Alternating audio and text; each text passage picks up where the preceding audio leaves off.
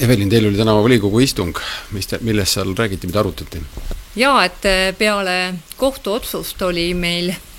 võimalus siis mõelda, et mida volikogu edasi teeb, kas me kaebame edasi selle kohtuotsuse või siis tühistame oma otsuse mitte algatada detailplaneeringut. Volikogu otsustas, et me ei kaeba edasi, aga mida me teeme? Teeme vastavalt kohtu poolt ette kirjutatud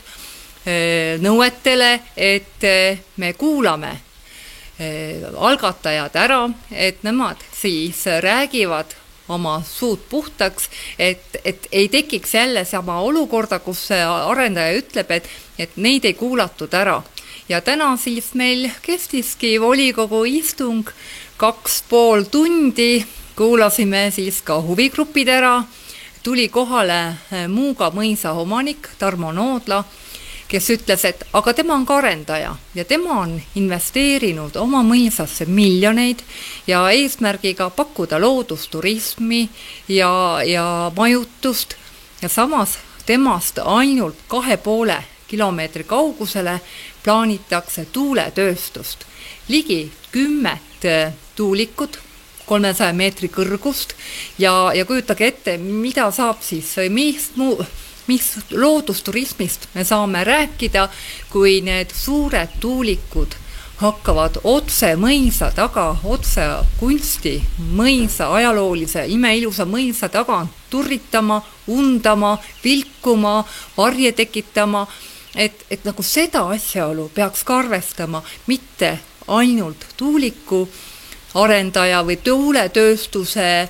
ettevõtja ei oleks eelisseisus, et tema võib oma asja igal pool arendada, aga meil on ka omad inimesed, kes tahavad tegeleda oma ettevõtlusega ja maad peaks ju Eestis piisavalt olema, et tuuletööstus ei tuleks nii erakordsete ja eriliste mõisate lähedale. Kohtu otsus nägi ette, et me menetleksime detailplaneeringuid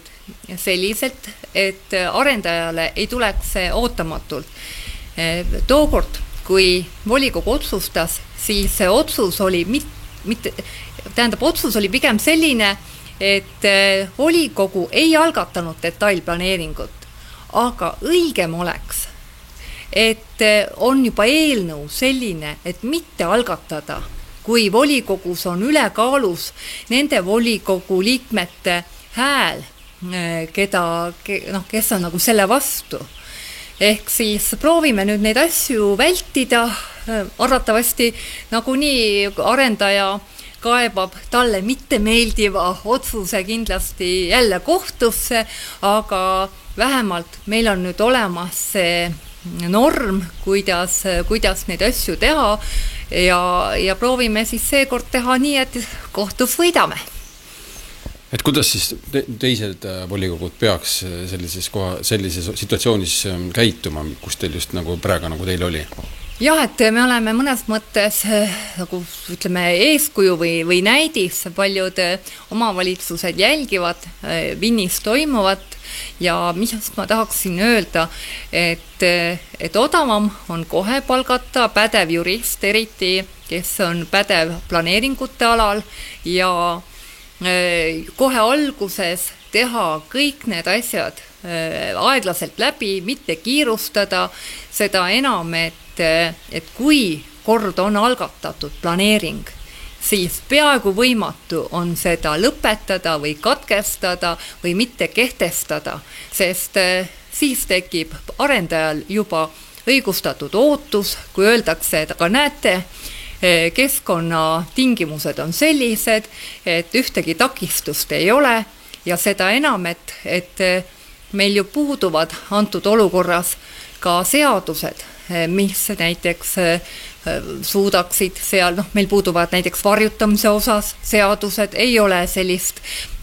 normi, kui palju võib inimese akna taga see varjutus tekkida päikese ja tuuliku laba vahel ja samuti on meil teised nõuded, näiteks välisõhus või väliskeskkonnas ei ole meil infraheli piirnorme või müranorme, et väga paljud lüngad on seaduses ja selle järgi ju ei saa ka teha adekvaatset keskkonnamõju uuringuid.